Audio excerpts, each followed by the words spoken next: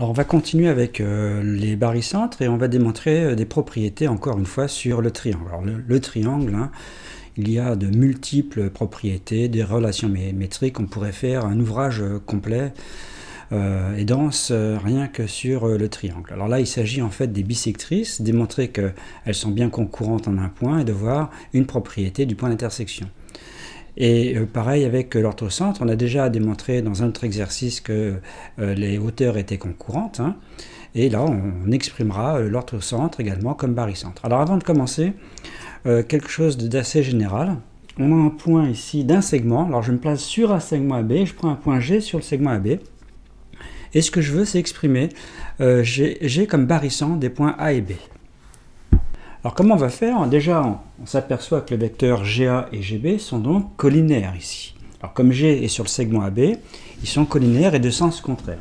Donc ça veut dire que le vecteur GA, c'est la forme KGB avec K réel négatif, puisqu'ils sont collinaires et de sens contraire. Alors comment on va obtenir le réel K? Eh bien le réel K, on va prendre les normes. Si on prend la norme du vecteur GA, ça fait valeur absolue de K. Voilà. Donc K, le réel K ici qui intervient, c'est GA sur GB. La valeur absolue de K.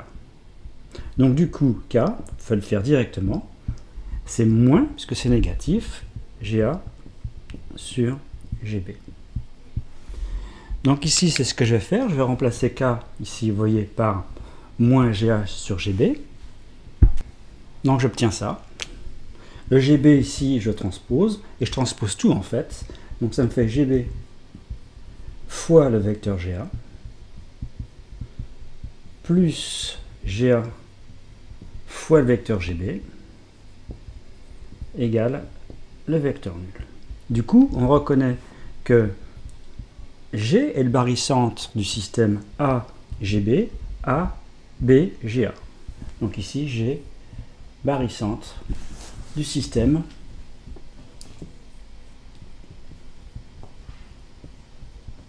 AGB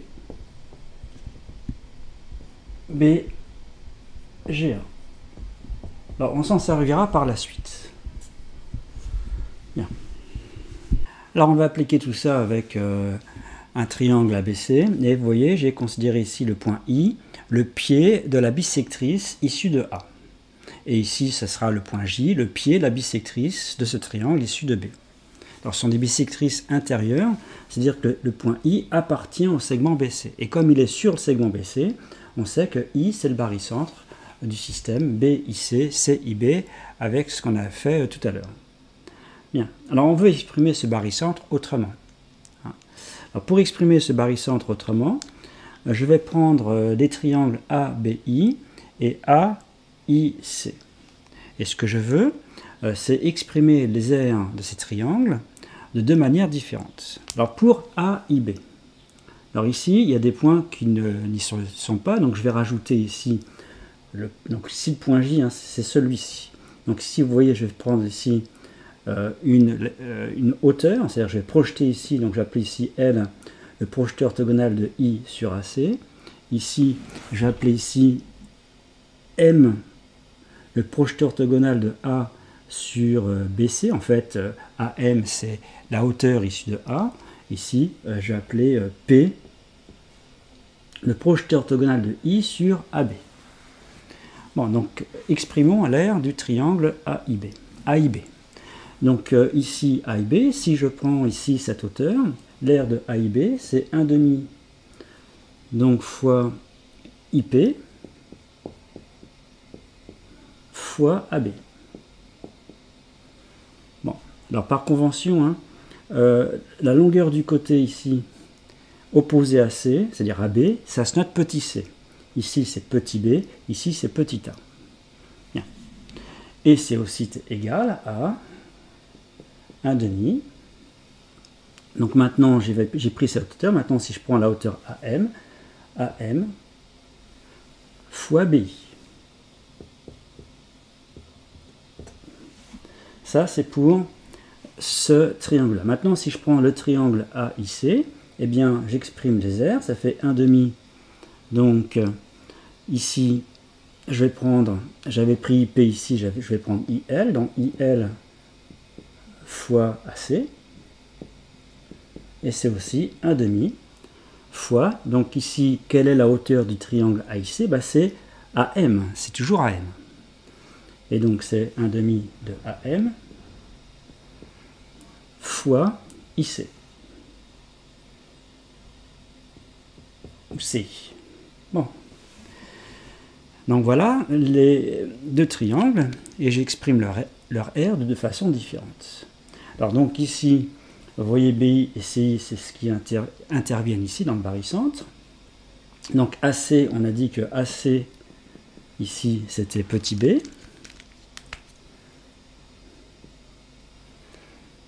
Que AB, c'était petit c.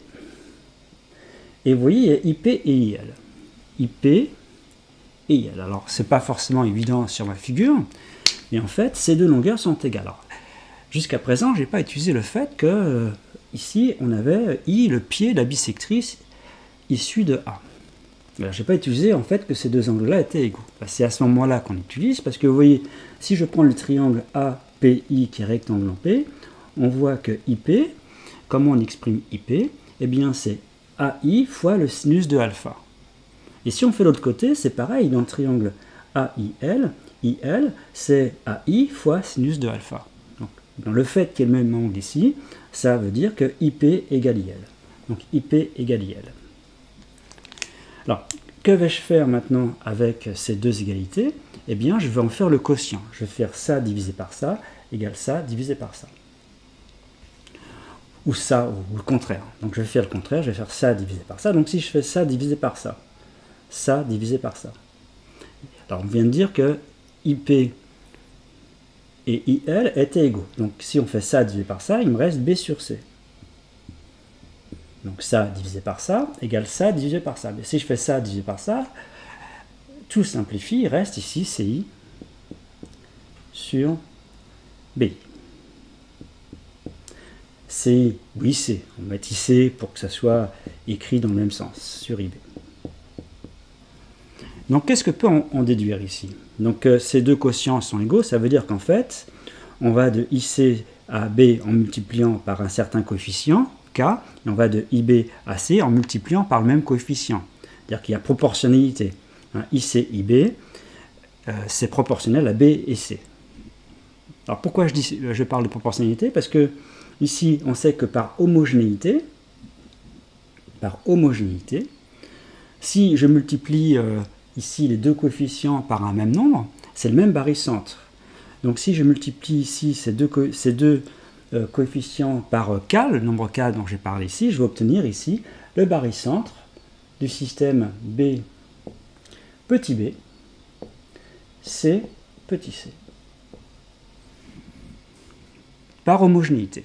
Je répète, c'est parce que ici, pour passer de là à là, je multiplie par un nombre K, et de passer de là à là, je multiplie par ce même nombre K, et donc ici, je multiplie par K ici. Et j'obtiens donc ce barycentre-là. Donc le pied de la bisectrice issue de A, c'est le barycentre du système B petit b, C petit c. Alors on va faire la même chose avec le point, par exemple, le point que j'ai appelé tout à l'heure J, que j'ai effacé, c'est ce point-là. Le point J, pied de la bisectrice issue de B. Donc on a la même chose, on a exactement la même chose.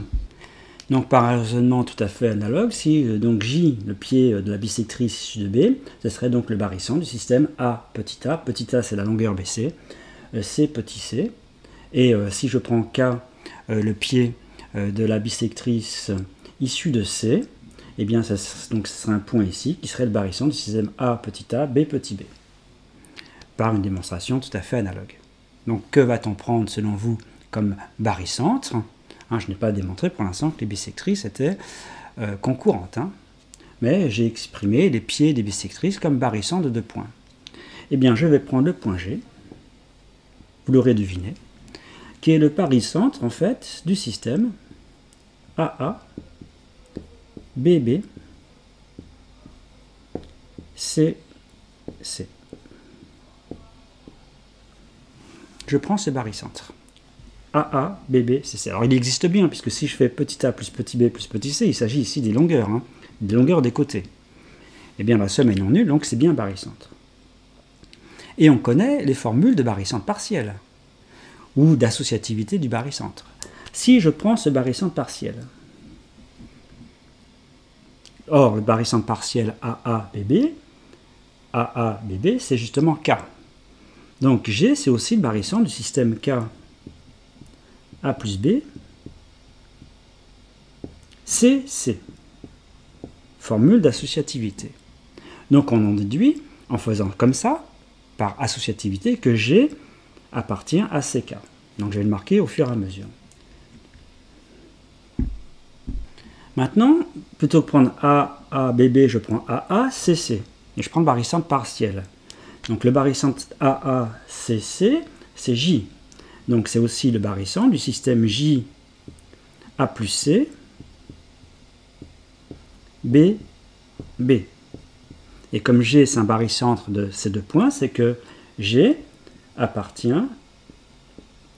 à la droite BJ.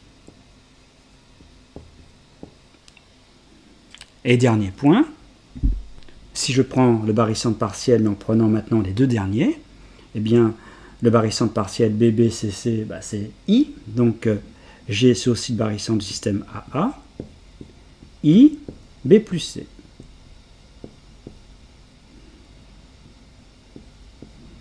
Donc, G appartient à AI.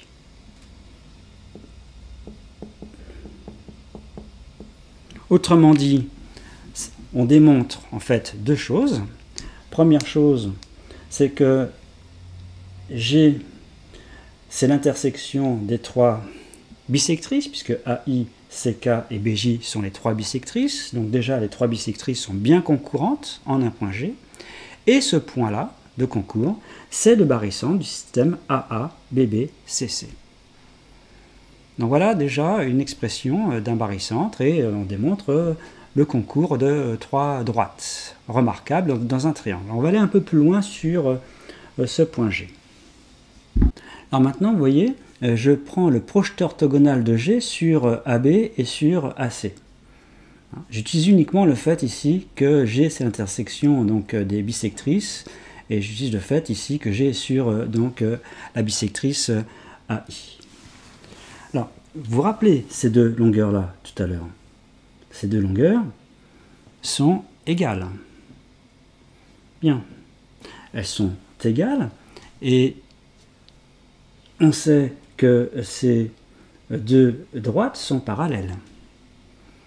Alors on peut utiliser le théorème de Thalès, par exemple, en disant que ça AG sur AI, puisque ces deux droites sont parallèles, vous voyez, ces deux droites sont parallèles, AG sur AI, c'est égal à G, donc on va appeler ici, cette longueur-là, je vais l'appeler D1, sur cette longueur-là, que j'ai appelée D. Donc on a AG sur AI, c'est D1 sur D, hein, puisque ces deux droites sont parallèles. Bien. Et de l'autre côté, c'est pareil. Comme ces deux droites sont parallèles, eh bien, si j'appelle D2 cette longueur-là, donc D c'est ici, j'ai AG sur AI, c'est D2 sur D. Donc du coup, j'ai D1 sur D qui est égal à D2 sur D, puisque c'est égal à AG sur I. Donc j'ai D1 égale D2. Donc ici, D1 égale D2. C'est un premier point. Donc maintenant, une figure donc, plus propre, hein, plus juste que celle que j'ai faite à la main, levée. Eh bien, vous voyez, donc on a utilisé ici la bisectrice issue de A. Et ici, le point D, ici, c'était le point G moi, que j'avais tout à l'heure. Le point D, c'est donc l'intersection des bisectrices. Et donc, on a démontré, par contre, que DF égale DE. Hein. F, c'est le projeteur orthogonal de D sur BA. Et E, c'est le projeteur orthogonal de D sur AC. Et de la même façon, si on utilisait la bisectrice issue de B, on démontrerait, par le même argument, hein, que DF égale DG. G étant le projeteur orthogonal de D sur BC. Donc, du coup, si on prend le cercle de centre D et de rayon DF, eh bien ce cercle en fait, il passe par les points G et E. Donc ce cercle-là, c'est bien un cercle qui est inscrit dans le triangle ABC, puisque en fait, vous voyez, par exemple le segment AB, il est bien tangent à ce cercle, puisque ici, en F, il y a un angle droit. Il est tangent, le segment AC, pareil, est tangent à ce cercle, puisque ici, en E, il y a un angle droit, et pareil pour G. Donc c'est bien le cercle inscrit du triangle ABC.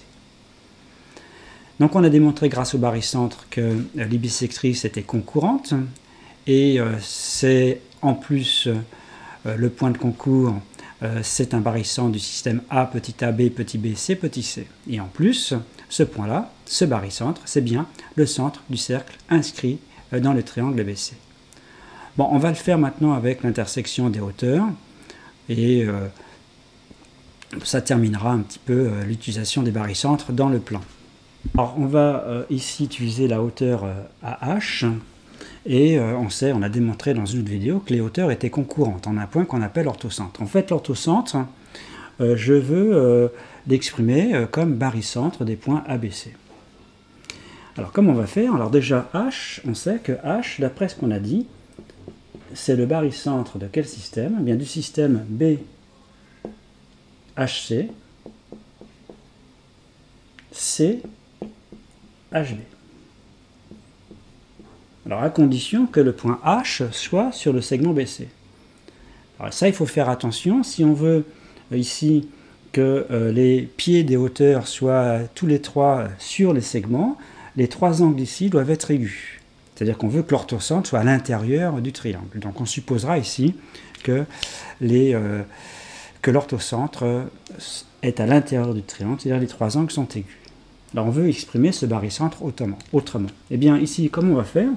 On va exprimer ici la tangente de l'angle B chapeau. Tangente B. Eh bien c'est HA sur HB. Et si je fais tangente C, c'est HA sur HC.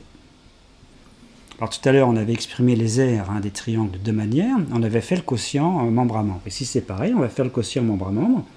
Donc on obtient que tangente B divisé par tangente C, eh bien c'est ça divisé par ça. Donc ça fait HC divisé par HB égale HC divisé par HB. Donc ici, il y a HC, il y a HB. Donc par homogénéité, H, c'est aussi le barycentre du système B. Donc ici, à la place de HC, je mets tangente B. C. Et à la place de HB, je vais mettre tangente C. Bon.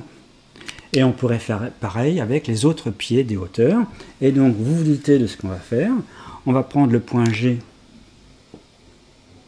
le barycentre du système A, tangente A, B, tangente B, C, tangente C. Et on démontre aisément, comme tout à l'heure, en faisant trois barycentres partiels, 3 fois l'associativité. On démontrerait, alors si j'appelle ça H1, le premier pied, H2 et H3, en faisant les pieds des hauteurs. Donc on démontrerait que G, ça appartient à, donc ici c'est avec B et C, donc ça appartiendrait à H1. Si j'appelle H2 le pied de la hauteur, ici de B, ça appartiendrait aussi à BH2 et ça appartiendrait à CH3. Donc ça démontrerait, ce serait une autre façon de démontrer que les hauteurs sont concurrentes en un point. Donc ça démontre une autre façon de démontrer que le concours des trois hauteurs. Et en plus, ce point d'intersection qu'on appelle l'orthocentre est le barycentre de ce système A tangente A, B tangente B, C tangente C. Bien, alors ça c'est intéressant. On exprime donc des points de concours comme barycentre de système ABC. Alors petite remarque pour finir, ça peut être intéressant. Alors on a pu exprimer un point d'un segment comme un barycentre des deux extrémités, vous vous rappelez. Mais on pourrait également exprimer un point intérieur d'un triangle. Donc si j'ai un triangle ABC, et je pourrais prendre un point ici G à l'intérieur. Alors on sait, hein, on l'a fait de façon générale, que par coplanarité, on sait que G c'est le barycentre de ABC avec certains coefficients. Et en fait, ici, les coefficients que l'on met, ici je vais appeler, on va mettre AC, hein, l'air ici, ici on va mettre AA, ici on va mettre AB, les airs. Mais on pourrait démontrer que ce point G, c'est le barycentre du système CAC, BAB, AAA, en utilisant les aires des petits triangles ici obtenus comme ça par découpage. Bon, ça se démontre, c'est un exercice intéressant.